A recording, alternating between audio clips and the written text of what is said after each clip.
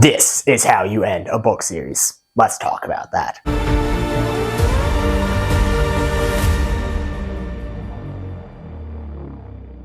Starting with my summary. Again, if you don't need it, skip right past it. I don't mind at all. It's just for the people who need it. We start out with Severus Snape arriving at Malfoy Manor. You have a meeting with all the Death Eaters, and they talk about how they're going to get to Harry Potter. And now we cut to Harry Potter, who is in his last little bit with the Dursleys. The Dursleys are now packing up and leaving, and they keep Vernon Dursley's not quite decided what he wants to, and he keeps like, oh, I don't know. It's like, no, if they can't get to me, they're going to torture you guys. You need to leave. And it's like this moment of like, Harry had to put aside his problems with them, be like, I need to keep you guys safe. We're gonna have people from the magic world keep you guys safe, but I can't come with you. It's like, because that's really interesting. I love this. You have Dudley ask, why can't he come with us? And you have this moment of him being, of like, as Harry explains to the other wizard in the room, that's the closest thing he could ever get to being, I gotta love you. It's like, he needs to stay safe too. Like, why is he not coming with us? So now they leave, and the Order shows up, and they help Harry leave. He still has the mark on him, because he's under the age of 17, which is the age of adulthood for the wizards. And so we have to have 7 Harrys flying with different Order members. They all fly out, but the Death Eaters catch them because someone had tipped them off. And most of them escape safely. You had Fred Weasley lose one of his ears, and then you have Mad-Eye Moody get killed. And that's how we start the book. Now we have it, so they're at the Weasleys. There's a wedding. At the wedding, they get news from the Ministry of Magic that the Ministry has fallen. Voldemort is now in control, and he gets killed. Death Eaters start showing up, and Harry and Ron and Hermione has to escape, and now they're on the hunt for Horcruxes. So you follow them as they go around trying to get Horcruxes. They're at House Black, which is owned by Harry now, and they figure out the story behind Regulus Black and how he actually had turned his back on Voldemort and was going to try to destroy the Horcrux in the cave, but he couldn't. And Kreacher, the house elf, was trying to do it, and he couldn't. You figure out the Kreacher's not as bad as he might look, and there's a really sad thing that happens with Kreacher from the fact that he's making them food, and then they never show back up again in a couple chapters. And so basically, yeah, they figure out that Dolores Umbridge has the locket, and so they go and they get it from her from the Ministry, and then on their way out back to House Black, they get caught by one of the Ministry workers, and they have to go somewhere else. And so now they're camping in the woods, trying to destroy this Horcrux, and it's having an effect, especially on Ron. So Ron eventually has to just leave them because he's just getting so angry, and they end up going to Godric Hollow, which is where the whole story gets started. And there they meet Nagini, and after that, they go back into the woods. Harry finds the sword at Gryffindor, and then Ron destroys the locket. They all reunite. They go to the Lovegoods because there's this thing with the Deathly Hallows going on that they're trying to figure out. Luna's father explains to them what the Deathly Hallows are and the story of the three brothers. They almost get captured by Death Eaters there. Then they escape into the woods, only to be captured a couple weeks later by Death Eaters and taking the Malfoy Manor, where Dobby shows up and tries to save them but gets killed. They then have to go to Gringotts the Bank and get another one of the Horcruxes, and they get away with that Horcrux, but then they realize they have to go, the other Horcrux is in Hogwarts, and then they go to Hogwarts, so they're looking around in Hogwarts, and then Voldemort shows up, and the Battle of Hogwarts begins. There's fighting, multiple people die, including Lupin, Tonks, and eventually even George Weasley, one of the twins. At this moment, the battle ends. They get a vision of Severus Snape with Lord Voldemort. Knowing that the last Horcrux is Nagini, they decide they have to run down there and try to kill Nagini. Only to see Nagini kill Severus Snape. In the last moment, they're able to talk to him for just a minute, just enough to get a memory from him. They go back to the castle, and Harry's able to look at that memory and realize that Severus Snape was not fully a misunderstood person, but there was more going on, and he was secretly in love with Lily Evans or Lily Potter for his whole life. You also figure out that Harry is the last Horcrux, and the battle can never be won until Harry dies himself. So he goes off in the woods where Voldemort kills him. In the end, he's able to survive and comes back to life. Neville Longbottom kills the snake, and Harry kills Voldemort. And the book ends with jumping forward and seeing their kids all going off to Hogwarts. So That is a summary of it. A little bit longer of a book, so that, as you can see, there's a lot of things to put in there. But this book is incredible with the way it handles itself. But with that being said, let's talk about the negatives. The first point is the Battle of Seven Parters. Why was that even needed in the first place? Why do they have to change multiple people into Harrys instead of just changing Harry into someone else? Polyjuice potion for one person or Polyjuice potion for 7 people? Why didn't they just take the easier and just change Harry? I'm just saying. The next one is that Hermione's parents really don't ever play a part in this story, and so it's when it came to the moment where like, oh yeah, she gave them false memories, and so they never believed they had a daughter. That's kind of tragic, kind of sad, but in the same way, like, does it make a difference in Hermione's life? She didn't really talk to her parents at all, it seemed like. So it was like, it just, in this moment was when I realized, like really, they don't really play that much of a part. Like, the next is when they're off in the woods, Harry is still getting visions of what Voldemort is doing, and in those, he sees him searching for the Elder Wand, which is one of the Deathly Hallows. He shows up at this house, and this woman tries to protect her kids, and like from him, he kills her, and then kills the kids. The question I have is, isn't that the same scenario that kept Harry alive? Wouldn't there be a love shield on them too now? It should have backfired. I'm just saying, it should have backfired and it didn't. That doesn't line up. The whole thing with all these more powerful spells, kind of the more you think about it, doesn't keep together, but that's the point. It's just like, okay, that should have worked. Why didn't it work? The next problem is there's multiple times they should have just been able to disapparate out of somewhere and they didn't. Then the Love Goods, they're able to all disapparate and they don't. They're in the woods, they're able to disapparate and they don't. Like, there's multiple times I'm like, okay, why can't they disapparate here? Like, that would have been the easy way out. They didn't do it. I'm like, huh?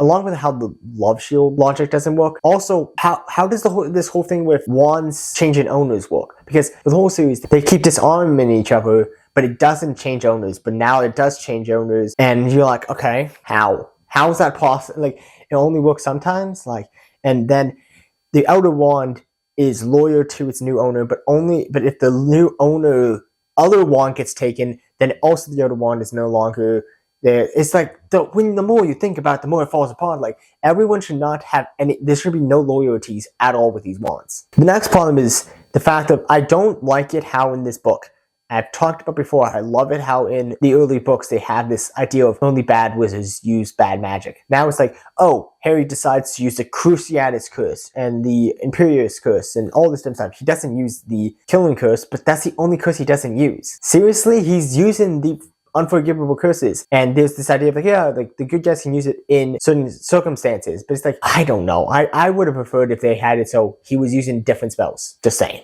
Like, he should have used a different spell in that case. Instead, it just got on my nerves when reading the books the first time and reading them again.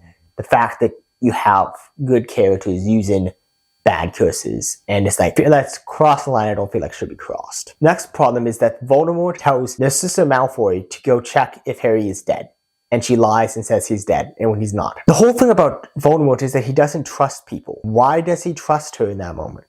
If I was him, I would have done it him myself, or send someone I actually trust, not someone who he knew had faulty loyalties to him. It's just, he picked the wrong person to do that, and it's like, good thing he did. But in the same way, why?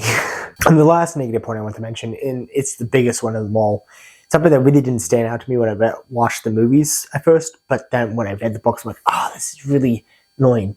That is the Deathly Hallows. I love the Deathly Hallows. Don't get me wrong, I love them. But the problem is simply that they were introduced way too late. It felt like you were reading 2 separate books. You had a book about the Deathly Hallows and a book about the Horcruxes. It just felt like an added on thing. There's like this magic that's more powerful than even the Horcruxes and all. Like, wow, this is incredible. I love it. I want more of this. We got some of that in the Fantastic Beasts movies. But in the same way, we didn't get enough. Those got canceled, and so we couldn't get more of it. But it just felt so weird. I'm like, I really love this, like fairy tale and all the stuff that goes with the Deathly Hallows, and I think they were such a great concept. But they were introduced way too late. Anyways, on to the positives. Starting with a really just a fun fact. For those who know about the whole, if you Google why Voldemort, and it comes up with why did Voldemort steal my shampoo?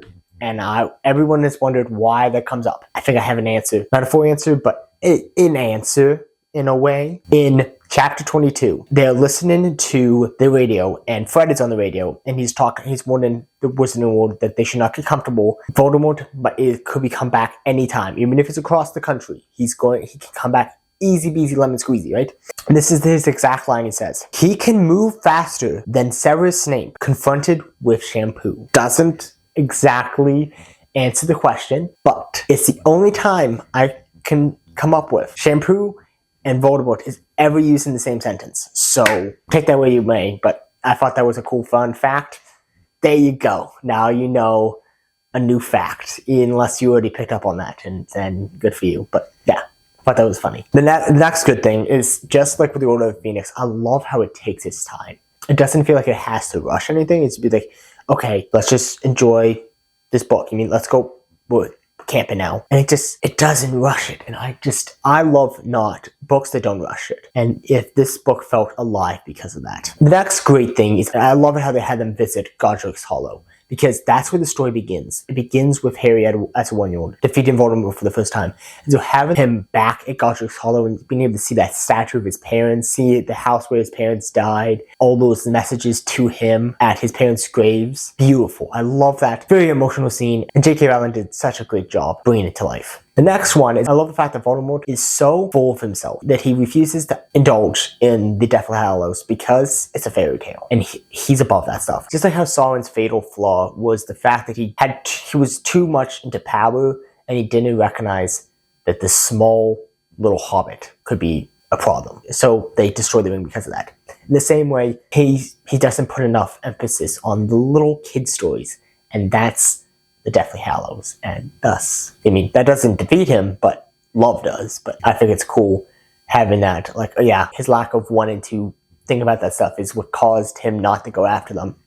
On the same note, is also, I love it, the fact that emphasizes the importance of how having a whole soul when you die is a very, really valuable thing, and how Voldemort, after his death, is going to be tortured because of the fact that he split his soul, and his soul can't get put back together in the same way anymore.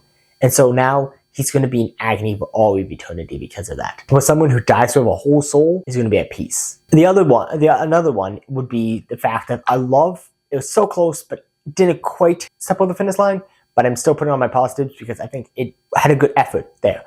And that is, for the last line, it says about Voldemort in the series, really, Tom Riddle fell and Voldemort died. And then it keeps going on for a little bit longer, but that line is what stood out to me. And what stood out to me about it is it was so close to being perfect. I think it would have been a really kicker ending to Voldemort if at the end it just said, Tom Riddle fell and he died. Keep the Lord Voldemort, keep all the made up stuff he came up with out of it. And when he died as a man. He died as half Muggle Tom Riddle. That's who died. He died having the same name as his father. He died as Tom Riddle. He didn't die as Lord Voldemort. All his claim, what he wanted to do, ended up getting him nowhere. And he died at a pretty young age for a wizard, only in his 70s, and he died of just being plain old Tom Riddle. So it was so close, didn't quite finish there, but I'm giving it an effort because I love the fact that it at least says Tom Riddle fell in that first spot. It's I like that.